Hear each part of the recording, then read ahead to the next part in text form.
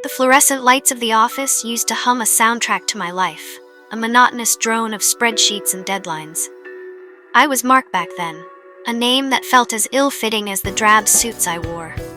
My days were a blur of emails and meetings, my nights a restless echo of a life that didn't feel like my own. There was a gnawing unease, a disconnect between the man I was supposed to be and the person I felt inside. It was a quiet rebellion, a yearning that manifested itself in stolen glances at fashion magazines, a fascination with the grace and poise of the women who graced their pages. Then came the sickness, a persistent cough, a relentless fever. It was like my body was mirroring the turmoil within. I went from being a cog in the corporate machine to a liability. The whispers started, subtle at first, then gaining volume, a growing fear that I'd lose my job. The pressure was immense, suffocating. I remember thinking, lying in bed, weak and feverish, is this really all there is? It was during this period of vulnerability that my life took an unexpected turn.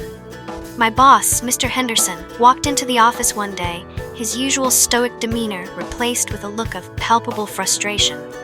He was on the hunt for a female model, something about a new marketing campaign for one of his higher-end products. Seeing him flustered, an odd idea, almost like a spark, ignited within me.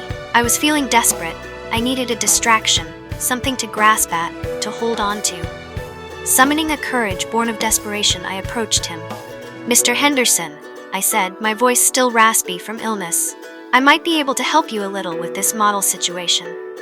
He looked at me, probably seeing a pale, slightly disheveled office worker, not a solution to his problem.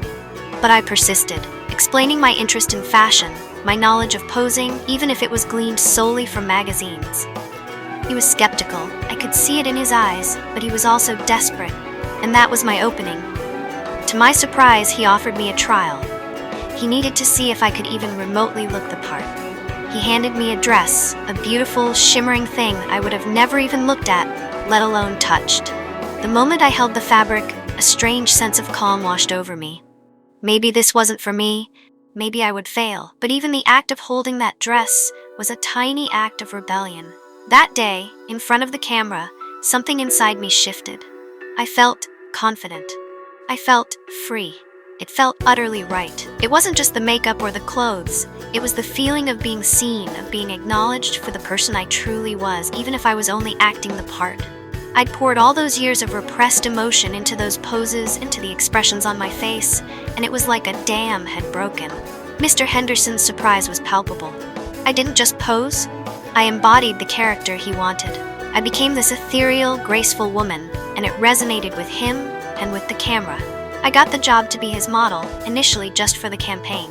I was good, astonishingly so, and with each photo shoot, each new outfit, my underlying desire to transition became a roar. I started researching, devouring information about gender identity and transitioning. The more I learned, the clearer it became. There was no going back. Mark wasn't just a name, it was a cage. The model wasn't just an act, it was me, finally free. The decision to transition wasn't easy.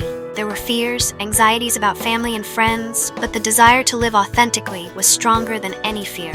The surgeries were transformative, not just physically, but also emotionally. With each step, I grew more confident, more sure of myself. I discarded the heavy suits, the monotonous routines, and adopted a life filled with grace, self-expression, and a deep and profound inner peace. I am no longer Mark. I am now Maya. I am a woman, truly and completely. The camera still loves me, but it captures something more now. It captures the joy, the vulnerability, the quiet strength of a woman finally living her truth. And it captures me. I may have started this journey as a model for someone else, but now I am modeling my own life, and I cannot imagine a single thing I would change. I am finally, wonderfully me.